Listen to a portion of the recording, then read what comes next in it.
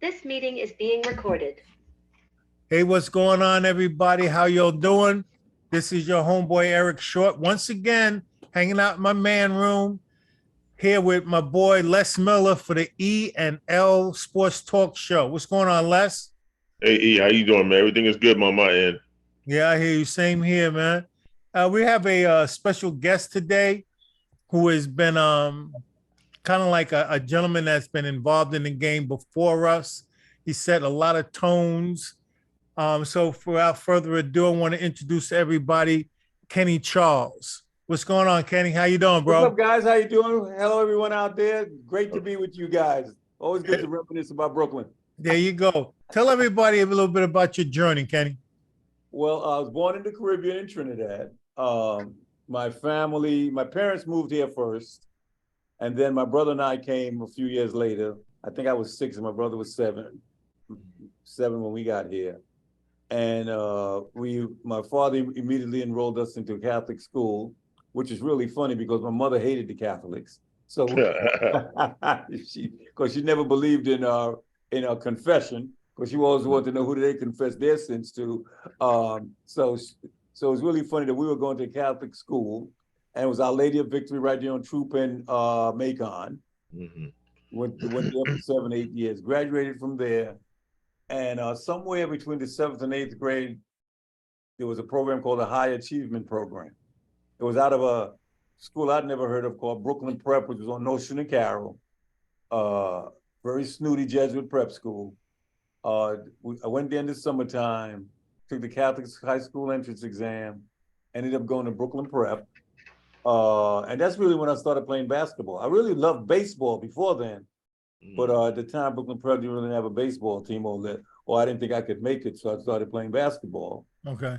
And that's how my basketball career started, and I was blessed to have a good high school coach. And we just started developing, and then all of a sudden, I started getting college scholarship. Now, I forgot to mention that my father hated sports. As a matter of fact, during my high school career, my sophomore or junior year, I think it was my junior year, he had this habit where he'd go through our books. And in our book, and in my book, I had a picture of the team paper because he didn't know I was playing because the games was after work. By the time he got home from work, I was home. Okay. But he saw the team picture, and he went up to the school the next day and took me off the team. Wow. So I went up. So I came to practice that day, and the coach looked at me and said, "Why are you here?" I said, "There's no practice today." He said, "Yeah, we're practicing, but your father came up here and took you off the team yesterday." Now, remember, he took me off the team. This is a Caribbean household. He took me off the team and didn't tell me. Yeah. Didn't think he had to.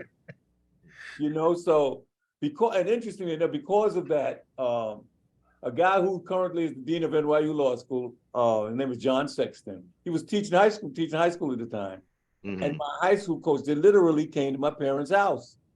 And I'm telling you, the only reason they were allowed to come to my parents' house because they were white.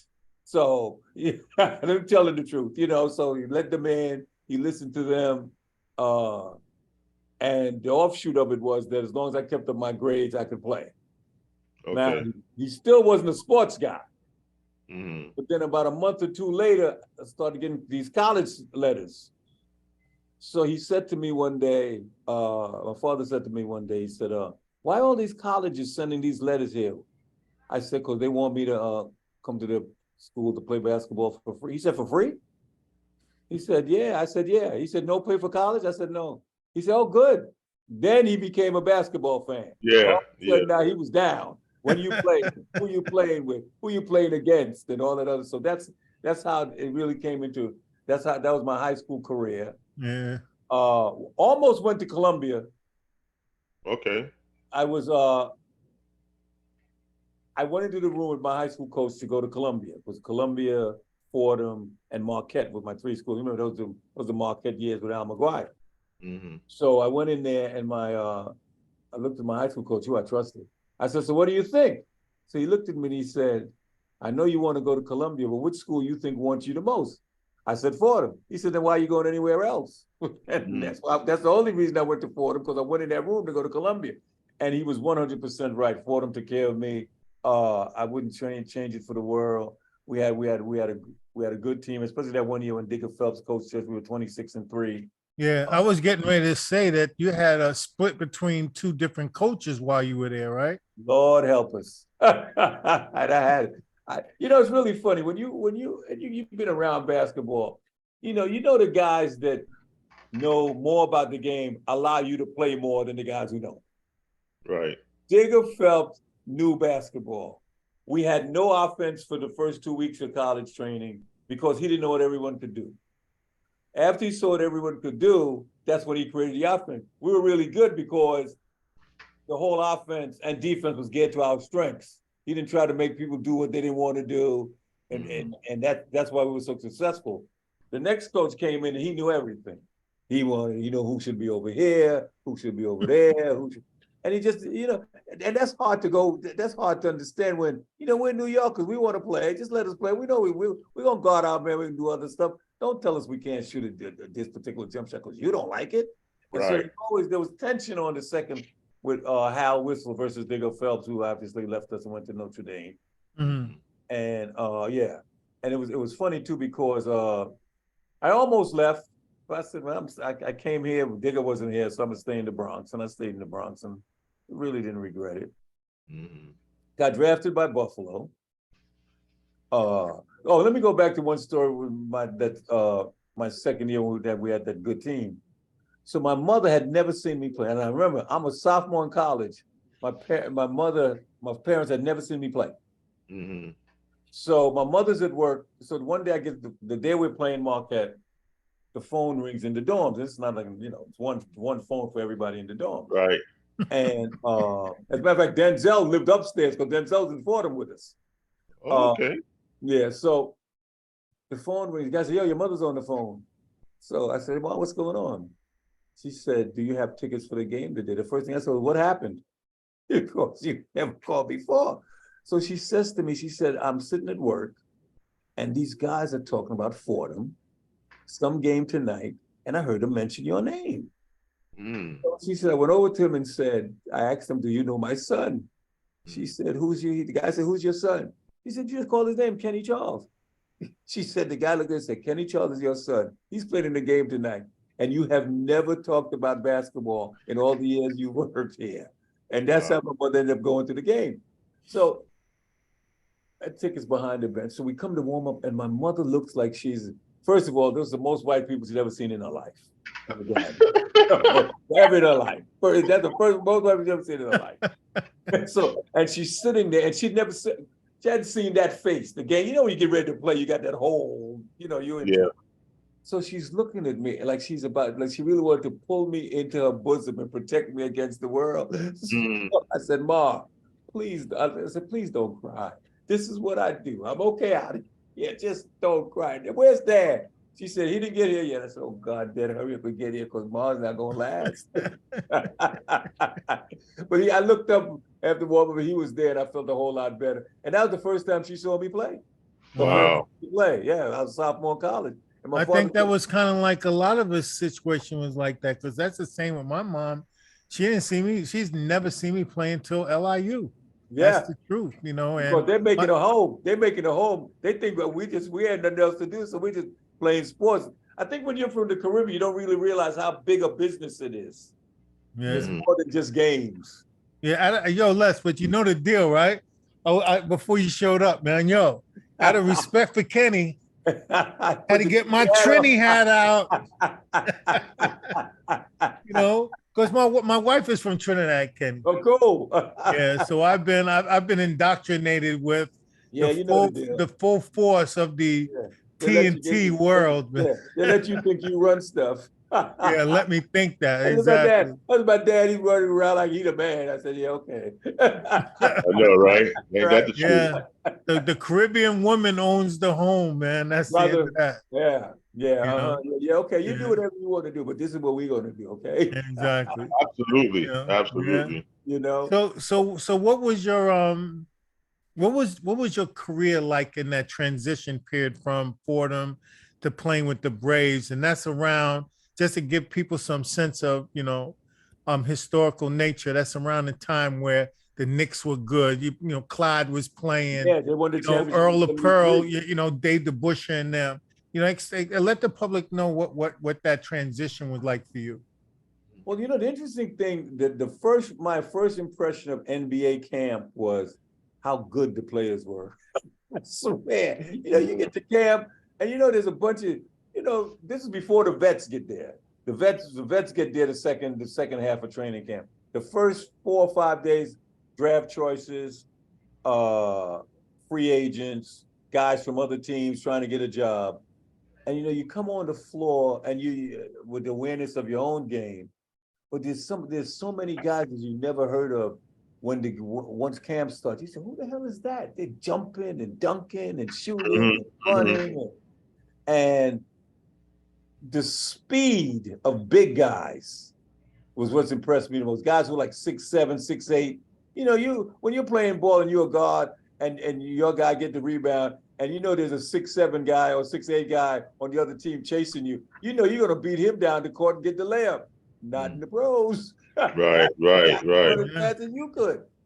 You know, and so just getting adapted to the speed of the game, how good the players were, and trying to figure out if you belong at that level.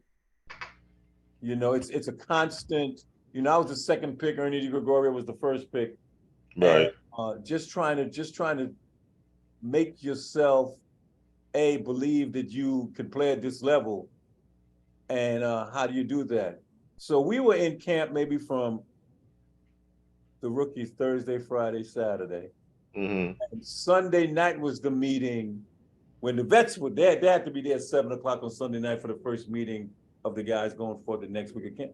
So now remember, I'm sitting in the room, and in comes McAdoo, Jim McMillan, and all these guys coming in. And I'm thinking to myself, I was just watching these guys on TV 3 or 4 months ago. Now I'm in a room with them, and we're about to be on the same team. And the best thing about it was, and for all of us, they knew who we were. So that sort of broke the tension. Right. What's up, DeGregorio? What's up, guys? How y'all doing? Welcome. A very welcoming team. You know, so that made it. And then Ramsey came in. Jack was just so cool. Jack said we have 12 spots on this team. We probably know who our first 8 guys are, maybe 9. And he said we have 3 open spots, and I brought in 8 guys. So you guys who you 8, there are 3 spots. I didn't want to bring in a lot of guys. I want to give you guys a legit opportunity to make the team. It said no bringing 20 guys, and it's only 3 spots, and it's crazy. So he said we're probably gonna keep the first 5 or 6 guys, you know. Probably our first 2 draft choices. It made me feel good. I said, yeah, right. Oh, good. And he said we're gonna pick some guys after that, but let's see. You know, I'm open-minded, and let's see who can change my mind. So maybe we'll do one thing or another. Somebody else will prove to me. You know who had a great camp but got cut? Brother, I don't remember his name. His name was Matt Gant. Played with Lanier at Bonaventure. Oh, he was tough. Really? He played. Understand what I'm about to say? He played too good too soon. They cut him because he was killing everybody. He was killing the draft choices. He was killing the pros. He was killing everybody. He was the first guy cut. I said, wow. First day on the cut list. I said, wow. Yeah. I mean, and like you had said though, and there's so many players that have that speed level at that size. And I didn't really understand that until maybe about 3 or 4 months ago. I don't know. You ever played against Tom Lockhart?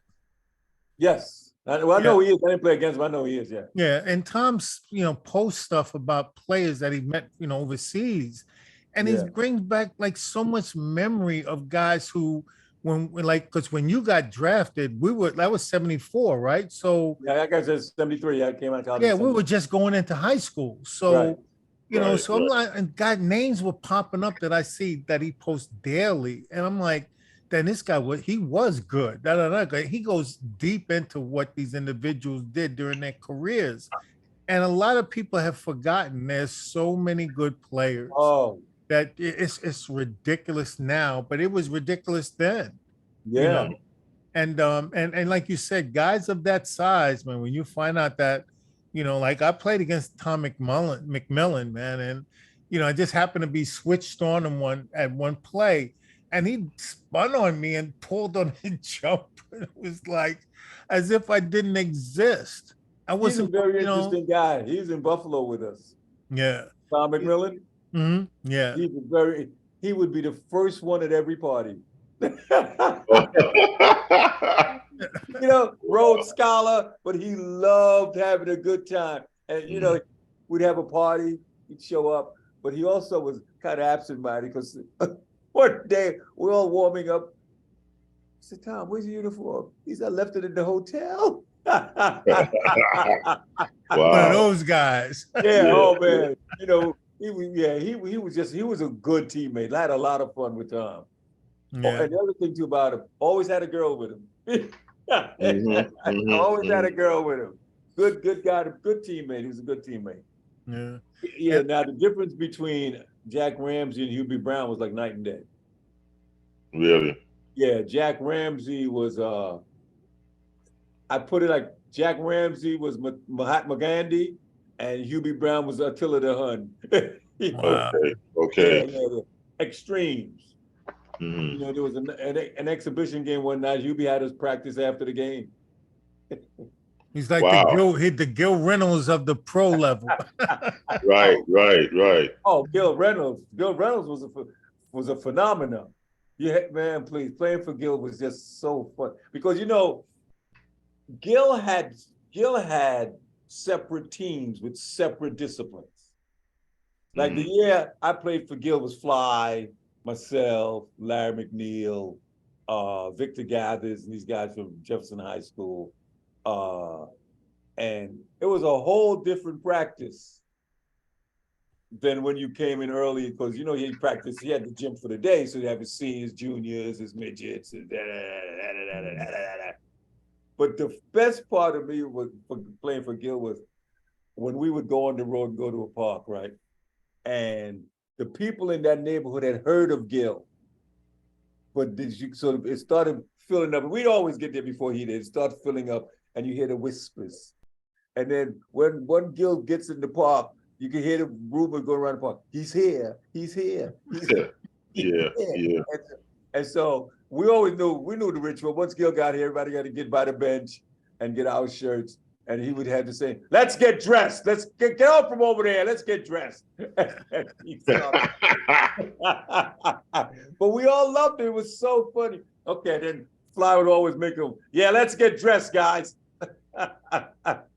Fly would mimic him all the time.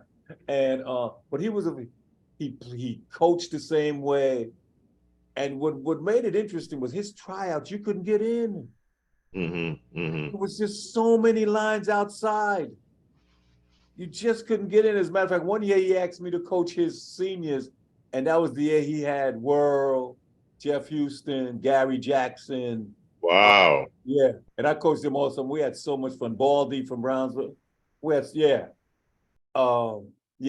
Gil was a phenomenon. You had to be around him. He was just so fun. Yeah. I mean, his opinion of running a program, I guess, was, you know, he always asked people to help out, but it had to be in a sense that you were following what he wanted you to do. He would never give anybody the reins if they weren't on the same page with him. So, and everybody used to come and watch his practices. Oh yeah, please, you couldn't get in. So it's funny too, because I had the all city guys on the TV wanting me to coach. So I would play you 1-5 in. I coached like I played, another 5, another 5, everybody Right. played. Right. So I came to one of the practices. He came over to me, he said, those guys are having too much fun playing with you. Wow. Okay. Yeah, he didn't like that. I said, Gil, they ain't that much to do. They go out there, man, they get back. I said, your influence is there. I just put my flavor on it. He said, well, you better win, son. But Good and it's guy, but funny we don't- because but if you weren't doing the job that he wanted you to, he had no confidence in you, and that was like a real telltale sign. If you didn't play for Gil, like, and you were on the team, he truly had no confidence in you, though. Well, yeah, because he didn't trust anybody he didn't know. So at Gil's funeral, right, at Woodward, there was so many men in there. So when we were walked in, when me and myself and this other brother were walking in, Madam McFly, the woman said, "Who is this guy?" She said, "Because men don't come to funerals." I said, Wow. yeah. I Yeah. said, she said, "He must have been a special." I said, "You have no idea. Yeah, You have no idea. It was Gil." yeah. It's hard to measure what that guy provided, man. And even if you even not ever playing for him, Right. you That's know, true. just that That's true. the legend of Gil Reynolds got into your pores, man. It was like crack, you know. Especially for the guys who didn't have a dad. Mm-hmm. Mm-hmm. The guys who didn't have a dad in their house, he would tell them in a minute, "Do not lie on me. Do not say you were someplace where I was, because I called your mother the other night to tell her when practice when she asked me, how was practice the day before?" And I said, "We didn't have practice the day before." I didn't tell her that you weren't there. I just told her we didn't have practice. But I'm going to tell you right now, if I have to do that, if she tells me that again, I'm gonna punch you in your face. Wow. Yep. Yep. The Yeah, I'm story, gonna punch you in your face. you know. And he'd have you run laps. He said, "That white man did it for me. You will run. The damn right. We did it in the army. You will run till I remember." Yeah. And Yeah. but that set a tone for you, man. Like you said, to Absolutely. have a father around and Respect. yeah, and that structure to know. But he also instilled, and while he was doing that, he was also giving you confidence and saying you could do this. Yeah. You know, I mean, if you got in his corner, that means a lot, man. And Yeah. it's funny, I not not for nothing, but somebody one of these guys I know said to me, actually he posted it on Facebook. He says like Gil Reynolds kicked him out of the gym and told him, he says, "Look, son." And the Right, guy, I that's actually Gil. talked to the guy, and he was like, "Look, son, get the hell out of my gym and don't Yeah. come back here until you get a jump shot like Eric Short." I was but I'm just saying, but he believed in certain things that people brought to the table. Why you can't rebound like Kurt Redding? You know, like he would use the guys that did what he asked him to do Right. as an example for the players that didn't. Say this is what it's like. If you do what I said, like Kenny Charles says, like Kenny Charles does, then you'll be as good as him. And Yeah. And he was like the master of doing that to players to get the best out of them. So And let you know that you could do it. yeah, yeah, Because he's calling guys who was just with him a year or two before. yeah, Right. yeah. Right. You Right. know? And that's why I've seen guys go and play with Gil, and then and that's like Tyrone Waiters that played for Canarsie. He wasn't a good basketball player when he was much younger, man, but started playing with Gil, man, started learning how to play that defense. And his skill sets of playing D made him the player that he was, because he wasn't an 'cause you can offensive always- player. Guys who play D for some reason always on the court. Yeah, Yeah, that's right. especially for Gil. Especially, so but let's transition this conversation into like the pro level, Kenny. Like, what was it like running up against guys like Pearl and Clyde? I know Clyde I did some research when I saw Clyde had some career games against y'all, man. So yeah, but he worked for every goddamn point. I don't care. there you go. Yeah, see, and that's the thing. You can totally hear someone, and Clyde talks about it too sometimes. You got points, but you paid. Yeah. Yeah. You had to earn them points. I mean, Yeah. I see some of these numbers. Somebody scored 50. You know how you would look if you scored 50 when I played? You'd be in ice for a whole hour after the game. Look like Joe Frazier. Like Joe Right, Frazier. 50. Oh no. Oh. I remember we played in Atlanta, and God, some team had scored, I think, like 28 points in the first quarter.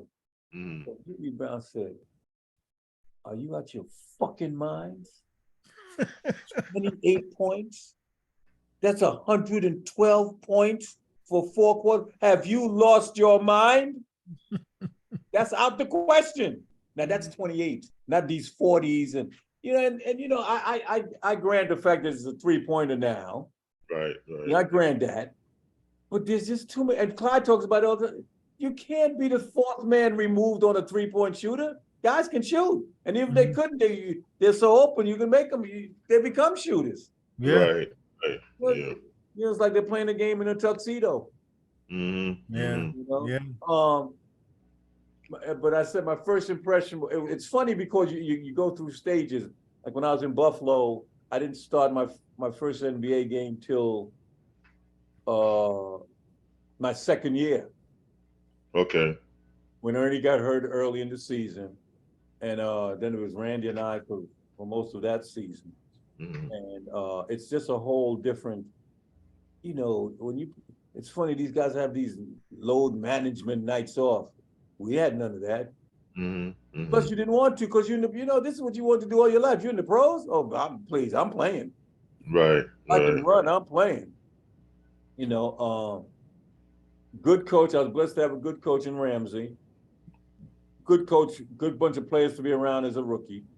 Randy Smith and Jim McMillan and Right. Garfield Hurd came halfway through that season in a trade for Shoemate. So we had a nice little club. Garfield was the guy who, quote unquote, showed me all the places not to hang out in Buffalo. Oh yeah. Yeah. Oh, that's right. You had Shoemate was on that team too, wasn't he? Sure, yeah, Shoe was on there. The other thing too that was that as a rookie those days, you took the advice and suggestions of the veterans. Mm-hmm. Mm-hmm. Because Garfield would tell me, you're not playing now, but make sure you practice early. Make sure when by the time the coach is there, he sees you when he gets in. Mm-hmm. And stay late, stay after practice, shoot around. A lot of the guys stay and shoot around. Don't leave, shoot around, play horse, because we used to play horse after practice and all kinds of other stuff. And he said, then one day somebody will get hurt and you're going to get put in the game. And that is exactly what happened. Exactly. Be prepared, man. I took the suggestion. Mm-hmm. I came around. Now, and what made it kind of difficult at the time was because the guys who started, practice was optional for them on certain days. Mm-hmm. So what Golf was basically telling me, optional or not, you get up and come to practice. You get up and come get a ball and shoot around. Because the coach, and it's amazing, I didn't know how he knew that, but Ramsey would come in the middle of the daytime, to prepare for the game that night. And he was always come in, and he just look and see who was in the gym, and then he just keep going. And that's what. And you know who else gave me some good advice? The name of you, when I was a rookie on the bench, Butch Comives. Get out of here. Yeah. Butch said, "You want to stay in this league for 5 years? Get a shot on this court that you can make 70-80% of the time, and guard your man. I'll give you 5 years." Yeah. Wow. Yeah. Wow. Yeah, man. Yeah. And be prepared. And be prepared at all times, right? Yeah, man. Yeah, man. It was. He gave me some good suggestions. And then and because of my high school coach, he would tell me, whatever the veterans tell you to do, that's what you should do. Mm-hmm. Right. Take a suggestion, do what they tell you and just see what happens. Right. Right. They're saying it for a reason. Yeah, when Ramsey put me in the game that day and I had to go past, and when I came back off the court, Golf, he said, I told you, just do what people tell you. And I did. So, I reaped the rewards of taking a suggestion. Right. Mm-hmm. Yeah. And then people are happy for you because you don't even know if other people on the team notice you too. So when you paid your dues and you finally get the opportunity to do something and then you do something with it, they're just as happy for you because at some point most of them had been there. Right. Right. Minutes, Right. trying to just let the coach remember you're on the team. Right. So how many years did you spend in Buffalo? I spent 3 in Buffalo and 3 in Atlanta. Okay. And George Berry was up there too when you were there? Or? George, I was gone when George came. Right. Okay. Right. Yeah. Yeah. And it's funny, man, like you said, man, that just, persevering and fighting through and showing that patience means that you're a professional in the first place. Because not everybody's going to be able to play. And there's many guys who waited their turn. At least then, Mike Reardon did that. Right. You know, Yeah. Mike Reardon was on the bench like crazy for the Knicks. And then when he went to where? Was it Baltimore? Yeah, Baltimore, when right. he got traded, I think in And that, then he's in that, scoring 30 a game. in that Monroe deal, I think. In the Yeah. Monroe deal, I think he went to Baltimore. Yeah. Yeah. I heard You know? Darvin Ham say something the other day was so I never heard it put that way, but it's so true. He said talking about the boy Lennox, that guy that had a good fourth quarter for the Lakers. Mhm. He talked about how your mentality, you take it to the court with you. He was saying, so if you're not playing and then you're not practicing and you're just mad that you're not playing, when your opportunity comes, you can all of a sudden can't think positively. You know, all of a sudden you're still thinking negatively and you're questioning yourself while the game is going on. Right. Whereas right. if you're always positive in practice, even if you're not playing, you're making the vets work hard, you do all that other stuff. When you get your call, you got that mindset, yeah, I know I can do this because I've been doing it to the vets all in practice and all the other stuff, which made a lot of sense. And that is so true because Darvin Ham wasn't really a big time star. So he knows what it is, wondering if you're going to get minutes tonight.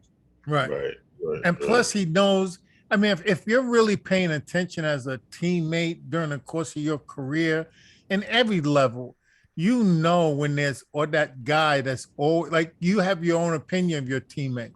Right. And like sometimes you sit back and say, you know what, that guy needs to get in there because like he Yeah. does work every day in practice. He's He's there every playing hard, day, yeah. you know. He deserves And some and the time. coaches see that stuff.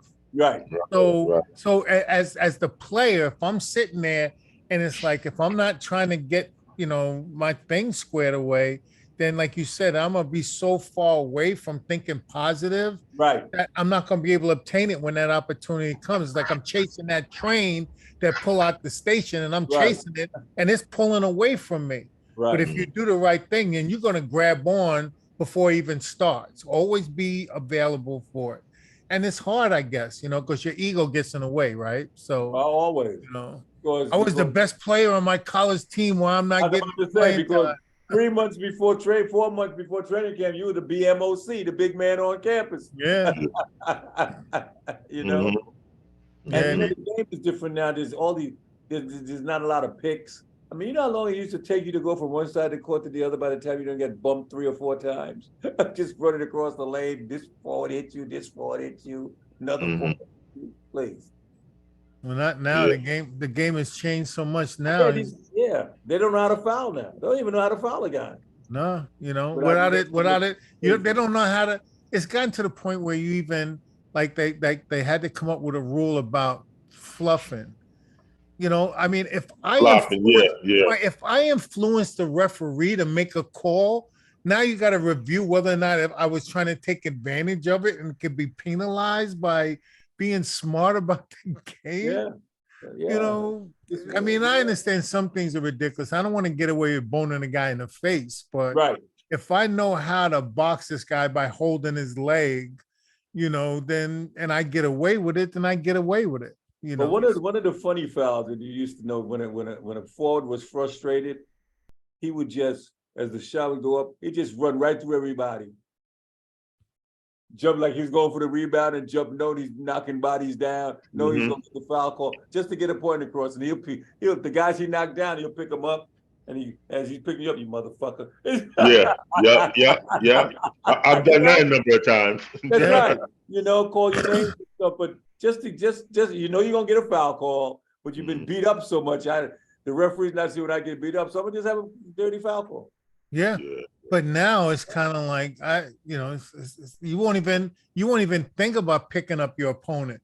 No. You know, and I saw Kevin Love pick up a dude after he would knock him down last night, Yeah. and I was and the other teammates, you know, they were running to try to beat him to the spot to pick the guy up, and the guy and Kevin Love was just like, "Yo, come on, get up," you know, and it's Yeah. like that sportsmanship level. There's value in being a sportsman, man. It's at least Yeah, 3 and baskets. that don't mean I'm not gonna knock you down the next time. Yeah, but Absolutely. there's some value in that. If I show sportsmanship, I to me, I'm gonna transition that sportsmanship into at least 3 baskets. Yeah. You know, or a steal or something. You know, I'm not going to be a sportsman and then let you just trample over me. I'm going to use it to benefit me. But these guys, man, it's like they go running over to help their teammates up. And I don't know. I don't get that to some degree. Yeah, Man. different era. Yeah. So Kenny, so what do you think? How do you think your game would transition into the way the NBA is played now? Oh, I'd get a lot more open shots, that's for sure. Yeah, let me tell you something, man. I let me, myself, and Frazier, we were out somewhere, we were just laughing, thinking about the game. And he would say, do you know how hard an open shot was? If your man got one after he got the second one, you coming out the game. Mm-hmm. No open shots. Oh, no. I'd be a lot more open shots. But I also like playing defense. I think I'd have played a lot just because I like to guard people. Okay. You know, it's interesting because there was always the athletic guy. It's funny because a lot of the guys who are athletic now may have had trouble playing in those days because if you couldn't guard your man, you weren't playing. I don't care who you were. Okay. Yeah, all that. Yeah, okay, good. We need somebody that's going to stop somebody. These 140 and it's and there's really not a market now for guarding people, really. Mm-hmm.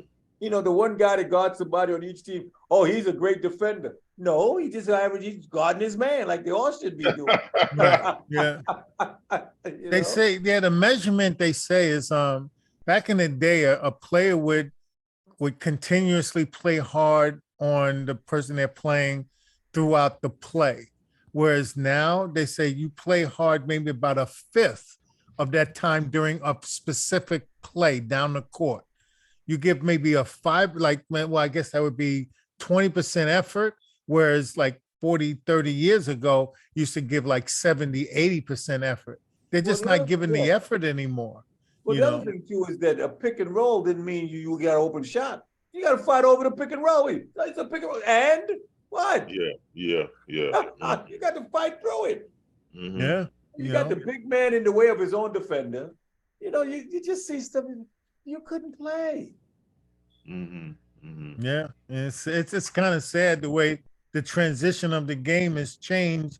I mean, there's some things that happen for the good, but there's a lot of things that happen for the bad that makes it kind of like hard to watch until the playoff time comes.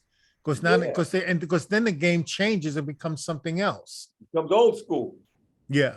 You know, become old school. All of a sudden the playoffs become pick and roll. All of a sudden the playoffs become pick your man. Yeah. You can't run down the court and just go and stand in the corner like you've done all season long and just be getting wide open jump shots. You have to do something else. Mm-hmm. You know, it's got to be hard on the high school coaches now. You know, there was a time in all the sports where you could tell your kids watch the pros and see what they do and keep it fundamental. It must be tough for high school coaches now because there's very little fundamentals in the NBA now. Yeah, you do what you want, and your athleticism is marveled at. So the defender is at a disadvantage. Yeah, and so even guys that want to play D, they get penalized for playing D. And then if you're playing a good offensive player and he knows he definitely maybe not be able to beat you off the dribble, they bring up a pick behind you, and your teammate is like, he's not even telling you there's a pick behind you. Right. You know, and nor is he up on the pick man. So you're not telling me there's a pick behind. You're not up on the guy, so he's going to get an open 3-pointer or whatever jump shot he wants. Right. Yeah, and so Kenny, so we'll also so nowadays all we see is guys going all the way to the cup, and then almost like a layup, but they throw it out to somebody for a 3-pointer, man. Amazing. You know, between that and the Euro step, man, I don't understand, man. Now you guys will have to tell me, because where did that Euro step come from? I played in France. I played in France, right? Right. And the first game I'm playing in, I cut this guy off on the baseline, and then he walked around me and laid it up. Right. I was like, so now when I started trying to do that stuff, they call walking on me, right? I come back home to Wingate Park, man, and I started doing that. They like, get out of the park, man. That's a walk, man. That's a walk. They started laughing at me. What are you doing? I Right. said, well, you're in France, man. It's good. Yeah. And now it's so. I mean, it's so like 1, 2. I don't Yeah. understand it, It's an man. I know additional where it step. came from. I did some research, man. I know where it came from. It's the Olympics caused it. That's what it was. The Olympics caused, because that's where the exposure of the move came from. Right. You would have never known of the move called, a Euro step. I mean, it gave it a name, and it came from the experiences of playing in, the international arena, and which is the Olympics, FIFA like there. And so with the NBA, they're getting their footprint in that, and they're taking some of they're taking some of their ideas. So Yeah. it was like a marketing direction versus like procedure or fundamentals of the game merging as one and saying, hey, if they're just taking 2 steps, and I kind of get it, because if you get it down pat, it's not a walk. It looks crazy, but it's not a walk. But Well, they said Elgin Baylor back in the day used to do that. yeah, They were saying, as far as the NBA is concerned, he was the first one to do a Euro step, a quote unquote Euro step. Well, he was too damn smooth for the I was about to say, he was the first one with a whole lot of stuff. Yeah, exactly. Exactly. He wrote the Exactly. book on a lot of things, man. Unbelievable. But the Yeah. thing that's crazy that adds the dissension, I guess, of certain things that have changed is the step back jump shot, because that is 3 steps. That's 3 steps. To do that move is Especially after the fake. See, it's one thing to do it all in one move, but then they'll Right. fake and still do it. Right. And Yeah. and you take a 3rd step in doing that. And the league said it's okay. Whether it's a rule or not, if the league says it's okay, it's disseminated down to the refs, they allow it, and players start doing it, But then you got guys saying, you know what, I'm not going to contest you driving to the hoop on me unless it's the playoffs. And then so you see guys doing crazy things, and then come playoff time, I'm getting technical fouls because I'm hard fouling you, because I don't want you to score now. You can score back in, December, I'll let you score in that layup. But come, May, when we're in the playoffs, I'm not going to let you get that layup. So, so the game has this fluctuations constantly, makes it hard to watch for me. Yeah. It's interesting because they changed the rules to make it easier to score. Right. Whoa. Yeah. Yeah. I mean, you see 2 guys on one team in one night both get 40. That's Mhm. Yeah. That's the ABA. right. Right. Right ball. Yeah, but let me ask you a question, Kano. In all honesty, like, you're playing at that level, the Right. professional level, whatever level that you're at. I don't need, based on what you know of the rules, I don't need, or for me at least, and you can, elaborate on how you feel about it. I don't need anything to be added to the game to help me score. It's not a necessity for me, because I think if I follow the rules of the game and play it, then I'm going to score. I know what I have to do. That's so true. We were playing San Antonio, and George Gervin was just kicking out, just wearing us out. So at one point, they called the foul, all lined up for the free throw. Hubie Brown looked at the referee and says, "Do you think he needs any help? He doesn't need any help." Then you're right. They don't need help. Oh God, this guy named John Brown he was just killing us. Please. I keep telling people, his name doesn't come up a lot. I don't think anybody the only person that made basketball that easy was Fly. But George Gervin, please. He could score 30 in his sleep. Yeah, I can imagine. Oh, it was so unbelievable. But was that skill set related or just talent? Yeah, he was. See, the thing about Ice was that he just, you're thinking he's making one more dribble and he's laying it in. You're thinking he's laying it in and he's making one more dribble. Or you think he's going to the hole and he had to pull up jump, and he was big. You know, Yeah, Charles was just bigger than everybody too. Yeah, And he we'll was dump- and legit we'll dump because it he on was you, too. legitimately what 6'7", 6'8", Yes, right? sir. And through all that, he'll be kicking your ass. He's such a nice guy. Mm. You know, And long arms too, man. oh, all of that, all of that, Yeah. all of that, all of that, all of that. You know, and when you develop your skill sets back in those days, man, it was such, you know, people would be in awe watching that guy play. And it's remember, like- when we were growing up, going between your legs and all that stuff was discouraged. Right. You know, Right. keep it simple. Don't go between your back. Don't go between your legs or behind your back. You know, now that's just part of the game. yeah, Kenny, pull your screen up a little bit. We can't see your face. there you Yeah. go. That's Okay. better. Yep. Yeah. Um, I mean, and I think that the game has changed, I guess, to be more entertaining, yeah, but they're losing sight of the game's tradition of how it's played. it would still be as exciting. Right. Yeah. Yeah, And that's true. And that's You know, like, the old and school- somebody said to me, it's like they would never ever change the way the game of soccer is played. They would never change it because Right. it would alter the game to the point where it could not be what it is. And that's Right. but they've allowed basketball to be changed. And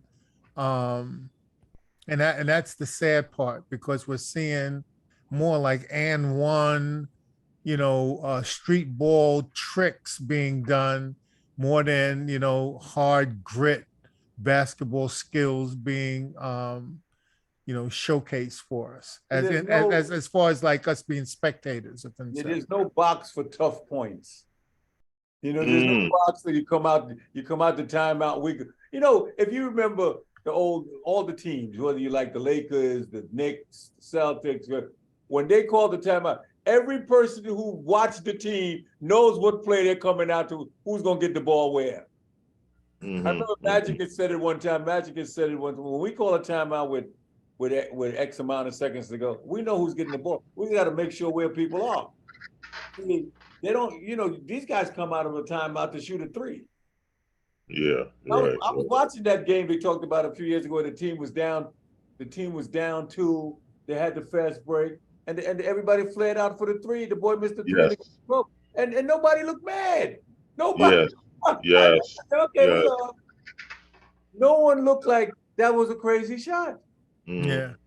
And the sickness that we all are experiencing, it's being accepted though.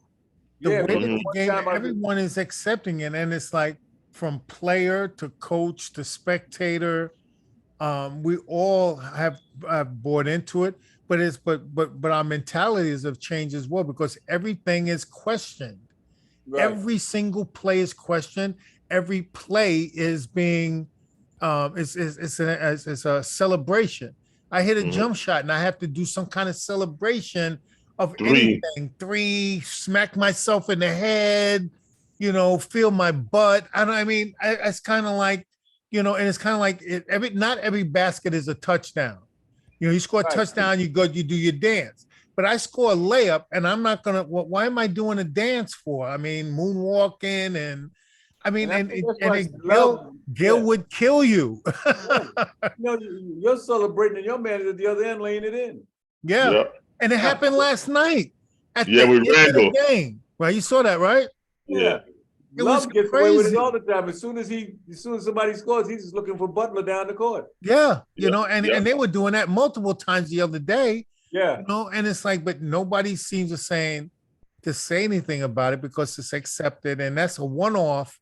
That when we play against Kevin Love, we know that can happen. But when we're playing against Giannis and them, they're not going to be rushing the ball back in. So it's an oddity to see somebody hold you accountable on the court because everything is laid back. Give me the ball, and I'm going to dribble it out. I'm going to dribble at 24-second clock. I'm going to dribble it down to 5. Then I'm going to throw it to you, Kenny, and then you make the decision. Right. And now you got 4 seconds to make a move. Isn't that amazing? But what would you say to me in the locker room? It's like, yo, E, what are you doing to me, right? Hey, shoot the ball, man. Shoot the ball. Right, exactly. It's shooting, man. Yeah, you know, and shoot it, throw it to me. I'm 30. I'm further back from the basket than you are. Right. But Right. how would you find, like historically in your mind, as far as basketball is concerned, that you grab the rebound and it's not a fast break, or someone grabs the rebound and gives it to you and you're the guard, and you still have the ball and there's 7 6 7 seconds left in the shot clock, and you've Yeah. dribbled up, you still have the ball. Nobody else has touched the ball. Mhm. And two things. One, your teammates presume you're going to shoot it. Right. That's number one. And if you're not going to shoot it, what else are you going to do with it? Because you done ran down the clock. Right. Mhm. And a lot of this stuff sometimes it comes up in practice too. You know, although it's a little more colorful language, team maybe do. What the hell were you doing with the ball last night? Yeah. Yeah. Mhm. That's Yeah. not the play we called. Yeah. Yeah, Yeah. I know, man. And they're not even, but there's no accountability to things. No, So that's the I other didn't feel thing. like passing it to you guys. That's what they say. Yeah. And if you're John Moran, you can do whatever you want with the ball. Whatever you want. Mhm. And I can't say nothing to you. And if I make a move and foul you, then I'm gonna say, referee, what every single call is questioned. Every call, a foul, a walk, I don't, whatever the case may be. I see guys complaining about every single thing that happens. And the other thing, a lot of these young players, they don't have the right coaching. See, I think a lot of these guys need better coaching. A lot of these guys need coaching that can tell you, yo, man, you need to chill out. Come back. That's not, you can't, guys don't get better doing what they want to do whenever they want to do it, period. They just don't. Right. Right. Right. You have to be, I'm just curious why, I think Sam Cassell would be perfect for John Moran. I really do. Oh, absolutely. Yes. Yeah, you got to learn. See, once you establish you have the talent, now you got to learn how to play. Right. Mhm. Mhm. Now you got to learn how to play with that talent. And I'm not so sure that coach is the guy who can get that across to. Yeah. And in other words, you're saying mature your game. Yeah. Because the talent is not a mature game, and a mature game is needed to play in a professional level. And So you have to got a history. Sam got a ring. Yeah, you've got to Mhm. mature your game. And plus Sam is he's like there's probably quite a number of NBA coaches in the ranks that are, that will disappear if they don't get an opportunity, but they're good for the game. And Sam Yeah. Cassell is good for the game. Oh, he should have a job by now. Mhm. Definitely. And there's a lot of guys that are like that possibly, Yeah. I look at the Bickerstaff clan. I mean, they've gotten opportunity because of, Bernie. I guess nepotism to Yeah. some Bernie, degree. Yeah. And the same with Paul Silas's son. Yeah. Mhm. So there's a lot of good coaches that are out there that would benefit. The NBA rookies, the young guys would benefit from those guys, and they benefit from the vets as well. Yeah. But I'm glad even he down got to a that, job again. I'm glad but there's he got a so job. much power for the rookie phenom that he doesn't think he has to listen to, the Hasling or the guy that's on the bench that's been, or even Derrick Rose. They don't want to hear that stuff. They're off and running because they're a young rookie and he's got his future's all ahead of him. So something should change. Something should change. But what do you think about how the coaching situation is? Well, I think, the coaches today, they have a very interesting job because you got to do more than coach. You got to manage. You have to know who you can pull aside and say, yo, I need more from you. Sometimes you got to get in somebody's butt, and then you have to figure out as a coach, who can I do that publicly to? Who can I do that privately? Because I coached the USBL team here in New York for about 6 or 7 years. And I always had to respect that a lot of these guys are fathers.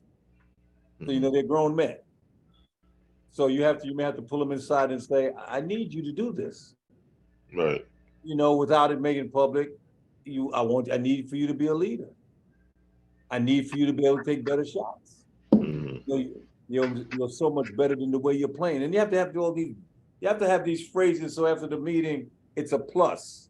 I need some help from you, but you have it in you. I just don't see it. So let's figure out how we can get the best out of you that'll help the team. Mm. Keep Okay. them engaged. Yeah. Yeah. And understand you're in the pros, but the goal is to be playing in June. Right. That's The right. goal is to go as far as you can. So if Yeah. you can go as far as you can, that's what I need for you to do, and I need for you to be confident that that's what you can do. Yeah. Yeah. And in this day and age, right, Les, is like you got enough coaches on that team these days that somebody on the coaching staff should be able to do those things, you know, with the players and And I'm building sure certain reputations and I'm sure some of these players who get in trouble on the court, I'm sure when they get home tonight, somebody in their family calling, what the hell are you doing? Right. We didn't raise you to do that. Now they may come out into the public and have all kinds of bravado, but you know there's an aunt or an uncle or coach or somebody who knew you growing up. Come on, man. That's not how we raised you. Right. But nobody was raised to be a knucklehead, no matter what they think about us. Nobody was raised to be a knucklehead. Nobody was raised to be a gangster. We're raised to be respectful. yeah, yeah. And plus the NBA, well, most professional sports, they have, you know, programs that do help you understand your role as a professional athlete, but you have to adhere to those concepts though. You know, when in If I Rome, ran do a as the team- Romans. If I ran a team and I would want from each player, who do I call in your family that you're gonna listen to when you start acting up? Give me a name. Mm. I want Yep. somebody that you can call them up and cuss me out. I don't mind.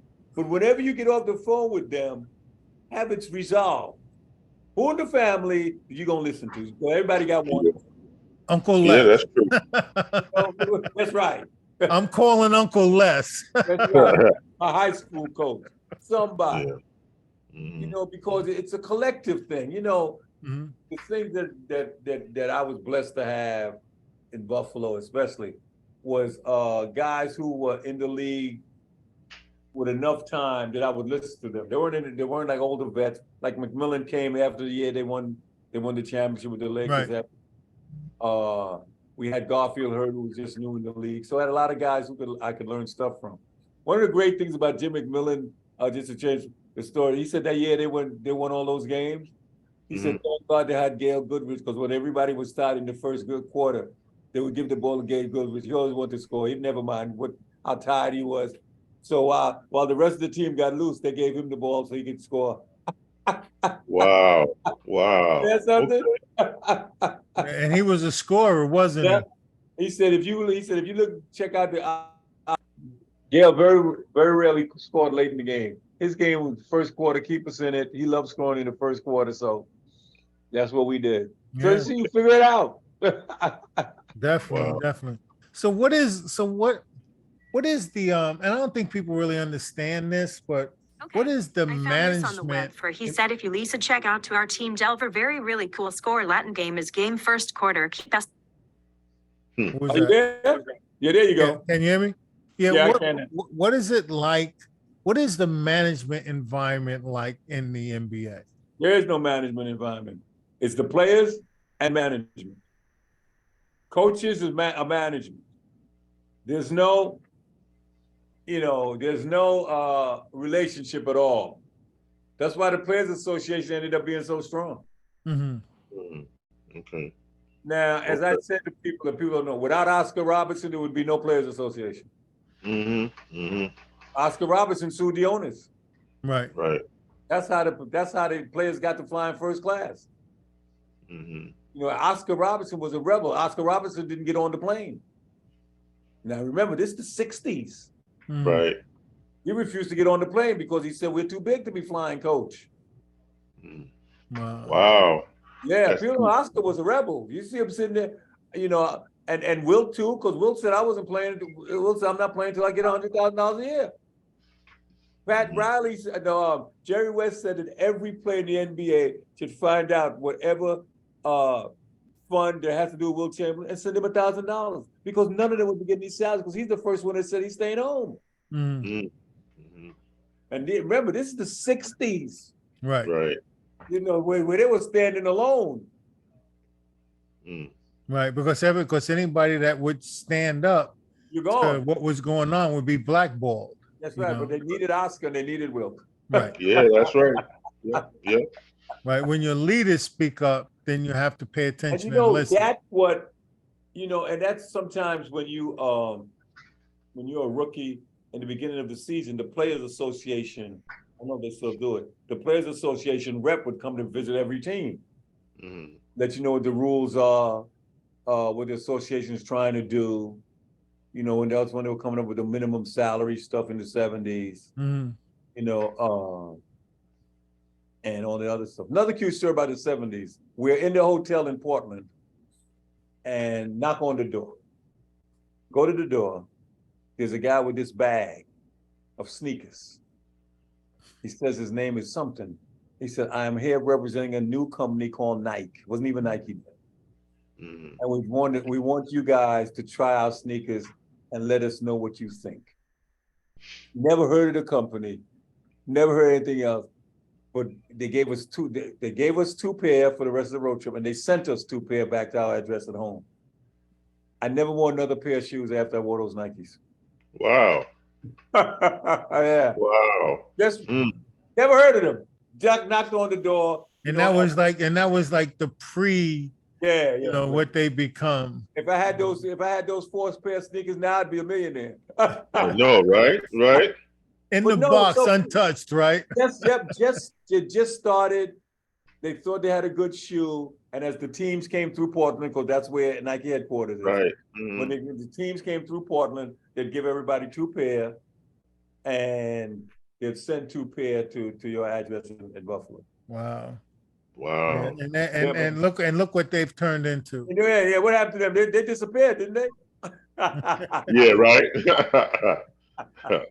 I mean, it's funny because one of our Brooklyn peers did probably one of the first Nike commercials ever was done by Earl Nesbitt that played Right. for Yeah, Earl 'cause Nesbitt did yeah. he was like the guy or the only talent in the first Nike commercial.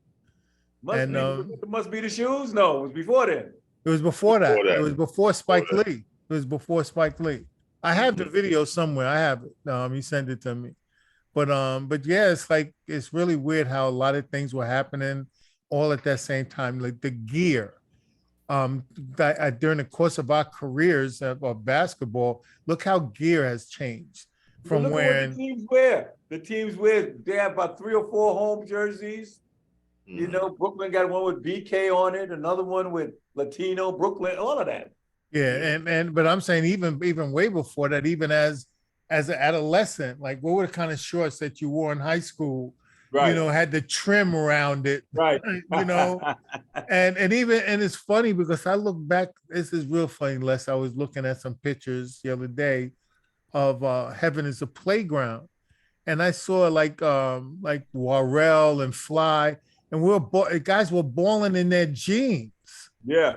In Foster Park, man. But then he got those trim shorts with the wool tricolor socks, and Right. and now it's like guys don't wear high tops anymore. They're wearing the garment where it's like covering your arm or your whole leg. Even fashionably, the game has changed. For sure. Mhm. For sure. And so there's no standstill in the process. But Nope. when it happens, when it comes to rules or, like you said, playing defense and things of that nature, those are the parts of the game that you can lose viewers because the game's not the same, Sure.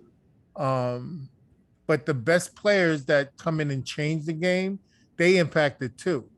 So a Absolutely. guy like Zion, he's changing the game. Yeah, Curry you gotta stay changed the healthy. game. Yeah, you got to stay healthy. Yeah. Yeah. Curry changed the game, Yep. But shoot, we had Freddie Brown, man. So I don't know what they Hey. talk about. Good guy. One of the better players. Mm-hmm. Mm-hmm. And he had So- that range too. Yeah. So that's what I want to get to, though, Kenny. So I have 2 questions for you. Okay. 1, tell me about your best NBA game, and 2, Tell me about the toughest player that you had to go up against. My best NBA game, I got 29 in Seattle Mm. against Freddie. Okay, okay. Speaking of the devil, uh-huh. The toughest guy to guard for me personally, Charlie Mhm. Scott. Charlie, wow, Charlie Scott. Easy answer. You know how you know there's certain like Clyde and all those tiny, they were tough, but you kind of knew what they wanted to do. You just couldn't stop them. Charlie Scott, if I thought he was going left, he went right. If I thought he was going to right, he went left. If I thought he was going to take a layup, he took a jumper. If I thought he was going to jumper. For me, that was the toughest guy because I just couldn't figure him out. Wow. Charlie Scott. Okay. Yeah. Okay. Tough. And he was big. And he would walk past me and said, Florida, man, you're all in the Bronx, man. I'm Harlem, man. You can't do nothing with this. Wow. Talking smack, huh? Yeah. Oh, McAdoo was a big smack talker too. They just kept it quiet in those days. Yeah. McAdoo was in your face. Yeah. But Charlie was like what, 6'5", 6'6", legitimately, right? 6'6", yeah. Yeah. Good guy. And then we took a trip the following summer to Rio. We played in Rio. We played in Sao Paulo, and I said to him, I want you to come with me when I do my contract because you kind of own me. So maybe we can get a deal. Oh, that's funny. Oh man, you got to do something for me, damn it. I enhance your career. Right. I hear you. Yeah, a lot of respect in those days too, man. I don't know what they have. Yeah. A lot of respect, man, and just a lot of respect for guys just being in the league. True. A lot of respect for guys just being in the league because it's tough. It's tough to be in the league. Then it's tough to stay in the league. Right. And I wish for everybody who loves basketball, they just spent either a year on a team or a year in a camp. Because it's an experience that you just really can't really put into words. Right. And and a lot of that, like you said before, originally, is just so much damn talent, and the talent level is going up so high. Yep. And you're running into guys, and I experienced that just playing, in the Rucker or playing in the City College Pro League. And you run into guys, man, like they're getting on the court and then playing, because the team I played with was with Truck Robinson, and like seeing that level of power, it's like it was much different than what you've seen before. And then, but then just watching guys like, and I'll never forget these two guys, man, always stick in my head, man, is Larry Fogel and Al Green. Mm-hmm. And I know who both of them are. Yeah, I know Larry real well. Yeah. And Al Green, man, that was, wow. I don't know if you remember, he played at Maine, I believe. Okay. But he used to play in Brooklyn, St. John's Rec a lot back in the day, I guess when they had them Philly games. And I saw this guy play, man, and I'm like, in order to play at that level, like I got a long way to go. Right. But that's what you see, man. If you're being legitimate and honest with yourself, man, you'll see the difference as you're growing up to see what you have to do, at that level, man, because talent is incredible. We just lost him, Les. Wait a minute, where'd I go? Hold on. No, the button went away. There we go. Yeah. Yeah. Well, Truck I know real well. Mm-hmm. Of course, Truck and I got traded in the same summer. He got traded to Atlanta from Baltimore, and I got traded to Atlanta from Buffalo. Okay. So we had to play. We played in the LA Summer League together. Okay. So we became good friends. Yeah, Truck and I. Good. That's a big boy, man. Big boy, Jack. And man. Thank God Lonnie Shelton, Lonnie Shelton, some big guys, man. Lonnie's crazy too. Yeah, man, some big dudes, man. But then, how much longer are we gonna do? Huh? How much longer are we gonna do? Yeah, well, I think we're kind of like near the end of the show. Okay, cool. Yeah, because we just wanted to make sure that we did try to cover as much, Yeah, basis man. of your Guys, experiences. let me know when you got other guys on. Yeah, definitely. We have established ourselves to try to, just build on trying to include people from the era before, like your era, and maybe even We a little have bit not done a before. good job of that in Brooklyn. We really Yeah. haven't. Yeah. Mhm. We have not done a good job of bridging our own gap. Right. It's like there's the 70s, then there's the 90s, then there's the 2000s, but there's been so many players in between. Mhm. I think one of the things that gets lost in New York City, especially when you start talking about basketball, is the culture of the summer tournaments. Yes. It's great to glorify, the guys who play in the league, guys who did all this. But remember, there were just so many great summer tournaments, unlimited tournaments. I thought of it when Kenny McRae died, and somebody posted, "You're on the way to the game, and if you see Kenny as the referee, you know it's a big game. You don't have to say anything." But that's because of the culture of the summer tournaments, because there was huge games in summer tournaments. No Yeah. doubt. No doubt. Parks No are doubt. packed, maybe no NBA guys, no big time, but a lot of guys who could play. Yeah. Yeah. And so I don't think we've done a good job of really sort of glorifying that whole culture of how great it was, the summer tournaments, whether you were playing at St. John's, whether you were playing in Brown, wherever you played, Freeport, there were great tournaments and great players passing through. Yeah. Well, Yeah. I think that we what have to figure out how to do that. Yeah, I think what Les and I, are making an attempt, and we're still talking about it and having conversations as Right. to what, and that's why I created the basketball, the Brooklyn History of Basketball Right. Facebook page to collaborate with, like you said, all the different eras, even up till today. Right. And right now, I'm establishing the foundation of all of the the guys from our era, our Right. age group from the 70s, Right. and then from there I'm going to start spreading out, and we're doing that little by little. The Yeah. shows will reflect that because we're covering guys that were older than us. Right. And we're going to go in the opposite direction and start going to guys that might have played like 8 years ago, 7 Right. years ago. Mhm. And to bridge that gap, but it has to be a collaboration. Right. It can't be a siloed environment where No. this guy's doing his thing, he's doing that thing, because it wasn't like that for us. That's Like right. we were just talking about Gil, the early part of the show. Right. Everybody was at Gil's practices, St. John's Rec, Lester Roberts, George Merton, BRC. Everybody knew of it. And that's how come we know of everybody, is because Right. there was a lot of intermingling. Guys Right. don't do that anymore. And so I'm going to try and help to bring it back. Yeah, let me know what I can do. I mean, Yeah. let me know what I can do. for Are sure. you kidding me? I'm going to call you later. I'm here. Let's go. Yeah, man. See you guys, man. Thank you. And I'm Thank sure you, brother. tonight we remember all the stories we forgot to tell today. I know, right? You know? Exactly. Well, we greatly appreciate having you here on the show. Do a And- three-way phone call. We can do a three-way phone call if you don't want to do the Zoom. It's cool, whatever. right. But it's great having you, man. We definitely were. Hey, thank you. We were anticipating that it was going to be a good show, and you didn't disappoint, man. So I appreciate you being there. Anytime, my bro. Anytime, anything I do with basketball, feel free to call. Will do. All right.